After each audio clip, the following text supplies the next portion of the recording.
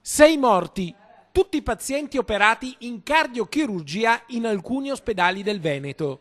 È da qui che parte l'indagine della Regione sulle unità sanitarie dopo la denuncia dei parenti dell'anestesista vicentino 66enne morto il 2 novembre scorso, presumibilmente a causa di un'infezione causata dal microbatterio Chimera che potrebbe essersi annidato in un macchinario per la circolazione extracorporea utilizzato durante gli interventi chirurgici. Riguardo al batterio, la Regione Veneto aveva diramato a maggio delle linee guida nazionali sulla disinfezione degli apparecchi dopo l'allerta relativa al batterio lanciata dalla ditta costruttrice. La famiglia dell'anestesista vicentino deceduto ha sporto denuncia alla magistratura e da lì è partita l'ispezione della Regione che avrebbe raccolto i fascicoli di altri 5 casi sospetti.